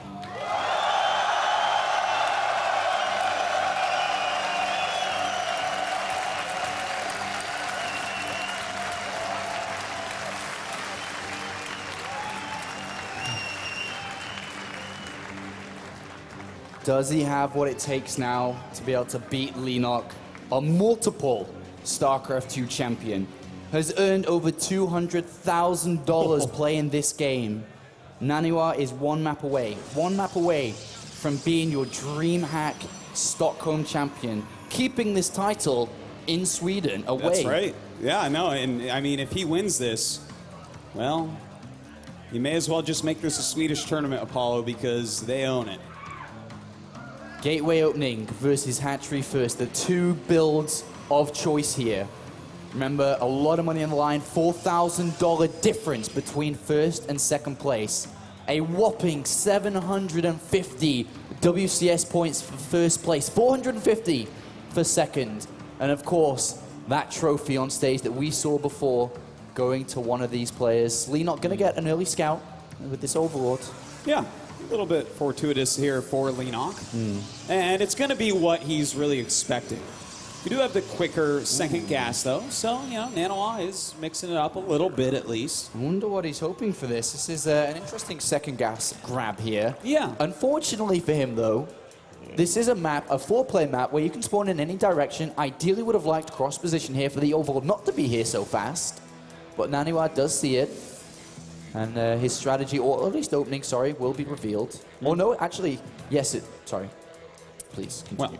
Well, no, it's fine. He does put the pylon down at that choke first. And, you know, we will see a Nexus pretty soon here. could Naniwa do something completely wild? Could he do something like, I don't know, a Nexus cancel? Anything is possible. He's got to pull out something special here if he wants to win. The biggest problem, though, is that Overlord is going to see everything. It's going to see the Nexus go down, and he now knows that there's no tech, no structures, no gateways, no anything been put down before this. That's precisely a Nexus after gateway. If anything is going to happen to that Nexus, he will keep an eye on it. He's going to be watching closely here, and especially with the follow-up structures to the front of this wall. All right, well, is it going to be 3 gateways? We're about to see. He is going to have a little bit more gas than normal with this. So it could be one of these Stargate openings as well. Do you reckon he can use that gas and pile up quite a few sentries and make a movement across? Very sentry heavy? That would be kind of interesting if instead of a big Zealot-style push, maybe a Zealot sentry push instead. It would certainly slow down his tech a little bit, I'd say, but I'd like to see something new, something fresh like that. Look at the pylon, which is furthest away from Leenock in the main base. It's so far away there. And then if you look at the minimap, look at that Overlord that's made a dart across the halfway of the map, hasn't gone the long way around, is heading right for this corner. I think if we were to see anything hidden, that's where it's going to be. That's a very good point, Apollo. But in fact, a Robo going down. So 3 gates, a Robo, and a Forge. Definitely could be a Warp Prism coming out again. Might be another Immortal Push type of build. Well, it's not too far to walk if you think from Naniwa's perspective at the moment. He's going to go up and down hills. It's going to be close to a lot of walls. Can maximize force fields if anything was to happen while he was moving across. +1 attack is being researched here. It's quite an early robotics facility. Double gas is coming down too. That's a pretty quick double evolution chamber here for Leenock. So, that's a lot of resources he's going to be putting into that, and that could help out if Naniwa's planning a very fast timing. And he sees it, Autosis. He sees the double evolution chamber. He now knows exactly as the evolution chamber's finished what he's playing against. What is Naniwa going to do? Fast robotics facility? I mean, he definitely bay? could. But a Baneling Nest does go down as well, and this is looking like it is going to be a very good game. The Overlord actually going to come in and see exactly what's going on. In fact, I don't know that Overlord was actually spotted, so he may think that this is hidden. Autosis. Yes. Could Naniwa go for a 2-base Colossus push against only Zerglings? Yes, he could. And let me tell you, Apollo, that would work out pretty well. All right, let's see what he's going to do. Warp Prism's being made. Looks like he's going to go over across the map now and just kind of force a lot of units out, not drones. He can always recall here, or he will be able to in a little while. Almost enough energy. Oh, good. Good Stalker is there, Autosis, don't worry. I know you were worrying. I was worrying a little bit there, but thankfully that Stalker is in place. He's going to have to do a warp in, though, behind it. If those Lings get in, he's piling that's really bad, actually, and he's going to get... okay. Just barely going to hold on here. At the same time, he is moving across the other side of the map. 26 Lings are there. Remember, recall, big possibility here. Let's see what's going to happen. Well, oh man, if he actually forces a lot of Lings and gets out of here, he's going to want to get out of here. There you go, and saves everything. A good move. But yeah, the 2-base Colossus push, after forcing so many Lings, would be amazing. He stopped probe production, Autosis. I think we're going to see a couple of extra gateways come down here. He's got 46 probes. Thermal Lance is on its way. He's going to check one more time what's going on here with this hallucinated Phoenix. I think we're going to see some gateways come down any second now, and I feel this is what it's going to be. That hallucinated Phoenix goes in. You know what? I'm getting a little bit nervous, though, because there is a Spire on the way. Okay, he's going to actually see it. Yeah, he got that. He definitely got that. Does that change his plan at all? I think it just makes him warp in Stalkers a little bit earlier. If he has 2 Colossus for this push, he's not going to need too many Zealots. They're going to be kind of just a meat shield because the Colossus will kill every Ling so easily. 4 gateways have come down. That's right. And that means that... Stalker's being made. +1 attack is done. He's going to have 7 gates, man. This is definitely going to be a 2-base timing attack. If he can get in before the 2-2 of the Zerglings complete, which is a nice window, it's a large one, he could do a lot here. This is nerve-wracking. This is a tournament life on the line. He's committing to this. He's chronoboosting the gateways. We are seeing Corruptors. 6 Corruptors, and He is warping in a lot of Stalkers, so it's going to be kind of a battle of targeting down Corruptors while they try to target down Colossus, because if both these Colossus go down, the Zerglings will, with 2-2 upgrades finishing up, clean up everything. Naniwa's micro has to be perfect. The Warp Prism cannot go down. It cannot. There is no pylon close. The Mothership Core is not with this army. This is it, Autosis. This is the move. Oh, this is the move he's going to try and pull off. The Colossus firing down all the Corruptors. All right, here we go. Those Stalkers are going to have to target them down as best they possibly can. Some force fields going down. The Ling's coming for a flank. But once again, he has to target down Corruptors. One of the Colossi has already gone down. A beautiful pickup by Naniwa. Oh my God, Naniwa, is he going to be able to do this? The Colossus remains alive. He needs to march forward, warp in more units. We could be seeing a Swedish champion if this is so incredibly close. Remember, those 2-2 Zergling upgrades are on the way here. 46 Zerglings are coming out. Is he going to be able to do this? The Colossus is so important, but with more Corruptors coming out in low health on this Colossus, I'm not sure that he can keep it going. 7 Zealots. A good choice indeed. Don't rely on the sniping of the Corruptors anymore. Use those Zealots to clean up any more Lings. Oh, he's going to go 2-2. He's not ready. This is the perfect time for Naniwa. 2-2. He's not ready. The Zealots get in there. Can he do it? The pickup of the Colossus. And beautiful micro on this Colossus. Oh my God, he still has it alive. And he's moving up into the third base. He needs to warp in more Zealots, and he gets them in there. Remember, 2-2 is about to complete here. The Colossus pops out the last second here. A beautiful warp in, but does Naniwa have enough? 44 more Lings on the way. The Warp Prism's gone. He's got nothing to warp in with at this point. This is everything he's got. He needs to get another one over there. Needs to find some way. He's got a Twilight Council coming down at the same time. He needs to get into a corner behind the minerals or something, because a lot of Lings are on their way, and he doesn't have enough Zealots right now. No force fields available. Those Lings starting to do a lot of damage. Yeah, he needs to get those Zealots at the front, and they do get there. Lots of Zerglings are coming in. He gets surrounded here, and it looks like Leenock may be able to hold this off for now. A Hive has started in the background, and it looks like he will. Leenock with a superb hold. Wow, that was so unbelievably close. Naniwa, that was close. Should have been dead right at the beginning, but his micro, absolutely fantastic. His decision-making on key. The thing is, he's playing against a 3-base Leenock going into Hive. Yeah, this is Can a good he get the right units? A good opportunity to drone up now. 12 drones coming in. What's next? How does Naniwa approach this? He's at 74 supply to 96. Well, it looks like he's going to go Charge Lot, Archon, Immortal. Look at how much gas he has banked up. Oh my God. 1,300 through all those Zealots he's made. If he goes with a secondary wave, Zealot Archon, he can make about 10 Archons. Well, 5 Archons. That's a lot of Archons still. That's 10, a lot of 5, it's Archons. basically the same when you're fighting Zerglings. Autosis, there is still an opportunity here. This is not over yet. The Mothership Core is a part of the army this time around. It has double time warp, +2 attack, being chrono boosted out. There's the wall off. This is it. This is Naniwa's second chance. Yeah, and this needs to work. He needs to get something done. The Ultra's Cavern is on the way.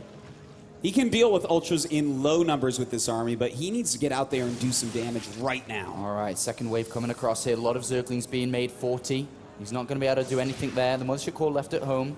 Kind of interesting that he left it at home. I thought he would bring that with him. A couple of big hits there. That's really good for Naniwa, actually. Kills quite a few off there. 60 Zerglings. That's a lot of Zerglings. 124 supply to 104 for Naniwa. Well, 3 more Archons are going to be on the way. That charge is finishing up as well. Going to be very useful. He's got to be careful, though. He wants all these units to stay together. He ideally needs to micro that Immortal like he did with the Colossus if he's going to have to fight against Ultralisk here. Naniwa almost ready to go. That +2 attack, very crucial. Needs to actually wait for that, to be honest. Doesn't want to jump in before that. That is a big, big upgrade here for Naniwa. That's a lot of spines, too, though, Apollo. I'm really afraid of him attacking these spines. I think that is a death sentence if he does it. All right, well, he has to, though. He has to go no matter what. Well, we'll see if he can actually break through here. When he sees how many spines, though, I think he's going to be a bit nervous. Pulls back away from the spines, trying to kill off Lings as best he can. Seven Ultralisk Autosis. That may be too much for Naniwa to handle here. It may be, especially with all these spine crawlers hitting those Archons so heavily, doing huge amounts of damage to their shields. Look at all those transfuses. He's got a lot of minerals to spend here. He's going to morph quite a few Zealots. A lot of Queens, Spines. Leenock knows all he has to do to win this tournament is hold this. Oh, some nice feedback's going off on those queens. Another Archon on the way, but the Spine Crawler is dealing huge amounts of damage. He has to pull back. He is pulling back, but the Ultralists are coming up to fight against these Zealots. I'm not sure he can do this here, Autosis. I think that we are going to have Leenock as a champion. There are so many Ultralists here. Leenock is just smashing this back here. Yeah, that is right, and I think this might be over. Naniwa says GG, and Leenock is your DreamHack Open champion. FXO Leenock dropping only a couple of maps the entire of the tournament. A fantastic final. Leenock went the distance. Naniwa went the distance, should we say. But Leenock is your DreamHack Stockholm champion.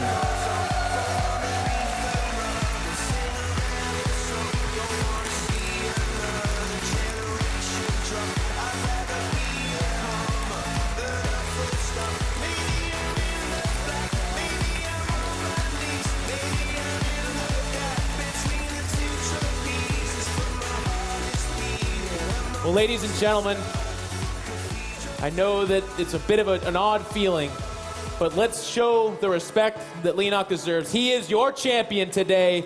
He has done it. It is Leenock from Team FXO.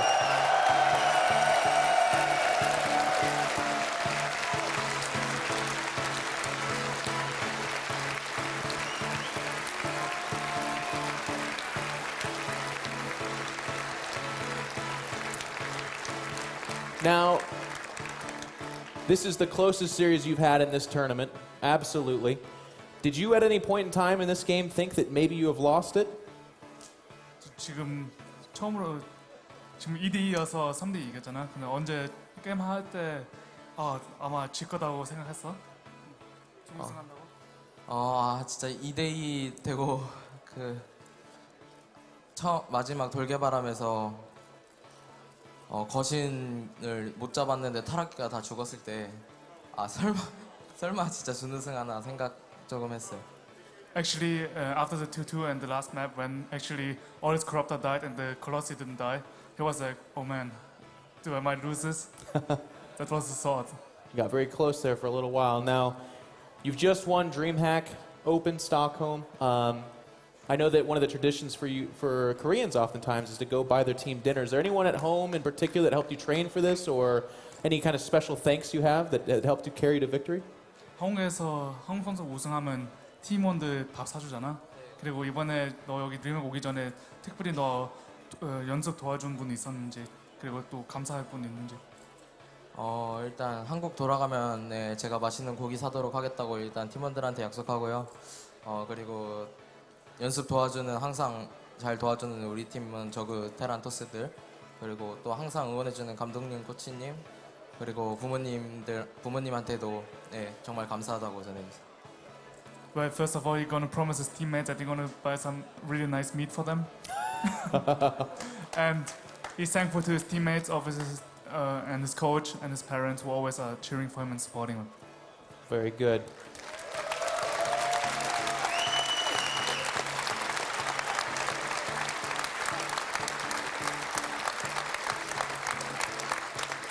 Now, I guess one last question.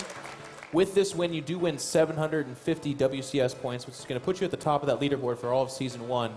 How important is WCS to you? I mean, what those points, is that a comfort for you? Where do you go with WCS next? 지금 여기 DreamHack 우승해서 WCS 점수 750개 모았잖아. 그래서 WCS가 너한테 얼마나 중요한지.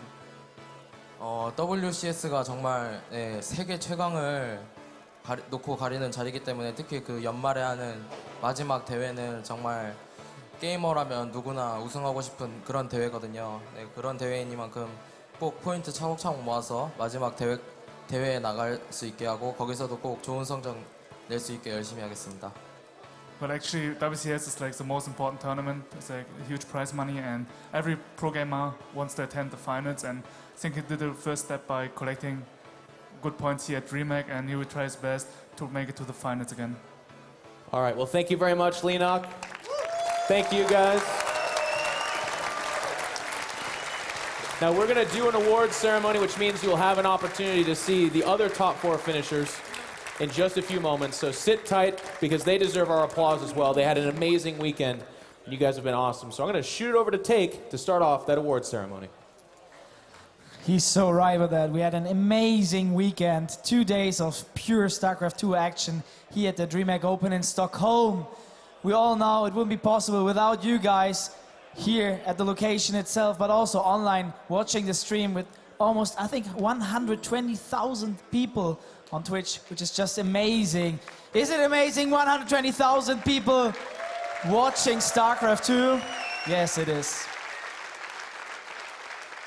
But don't forget about our sponsors who are supporting eSport. It's EIZO, LOGITECH G, and KINGSTON HyperX. They have been supporting us all the weekend, but it's not only this event.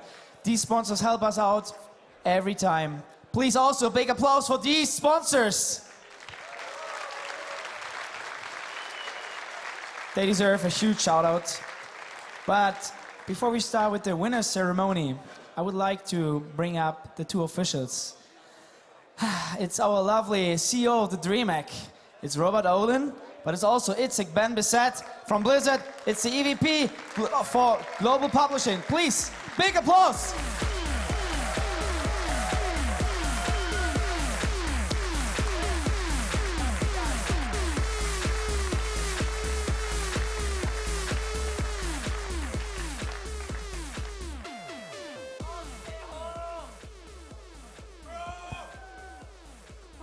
They don't want to have Jeff. They don't want to have Jeff. Jeff, I can't. Hey, we are live at the DreamHack. It's no problem. Okay. 2 microphones are better than 1, I suppose, right? That's good. All right, we're going to do the award ceremony now. We're going to introduce these players out here. I want you guys to do me a favor. I know it's been a long day. You guys have kicked a lot of butt. We really appreciate it. But let's let these guys know that we appreciate the effort because they played really well. 3rd and 4th place, Team Liquid's Hero.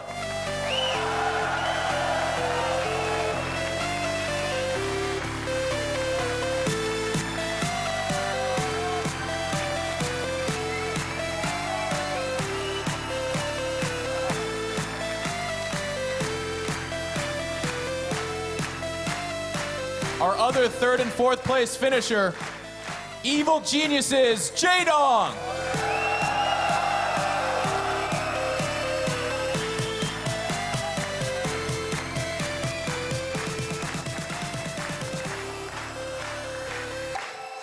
And ladies and gentlemen, your fellow countrymen who gave us a hell of a fight in that finals. Give it everything you've got for Alliance's Naniwa.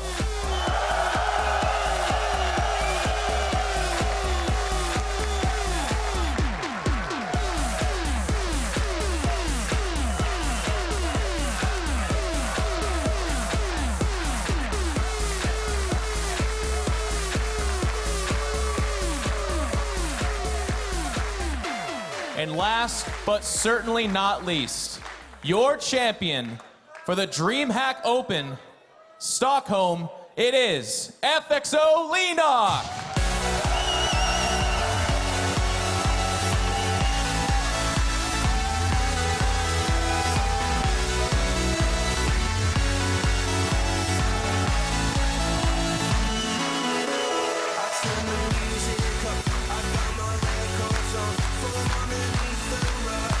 Ladies and gentlemen, we have a little bit of a tradition here at DreamHack. We call it the awkward champagne shoot-off.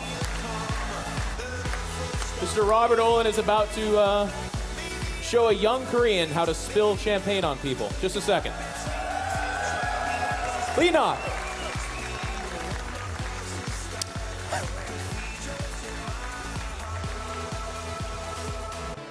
Okay, step 1, remove the top. Step 2, shake bottle.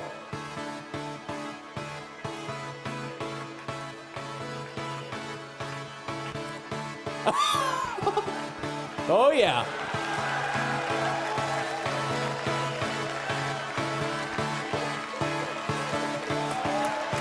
All right, here it comes.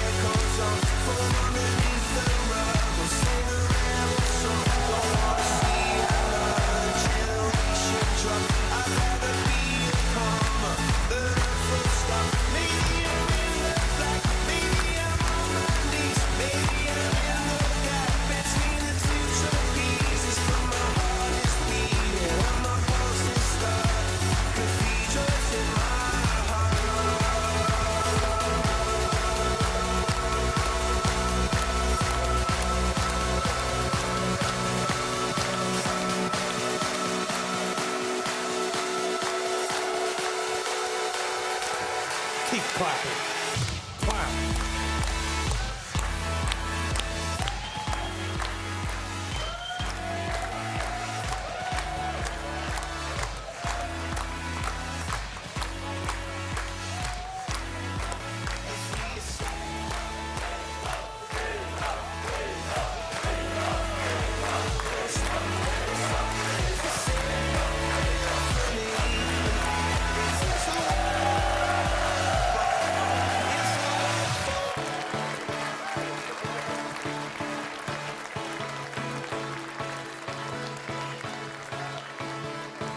All right, ladies and gentlemen, I believe that's going to wrap it up for the day. At DreamHack, we want to thank you guys for being such an amazing audience.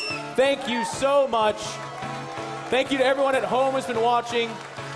And join us next time as we do the next DreamHack. Thank you very much.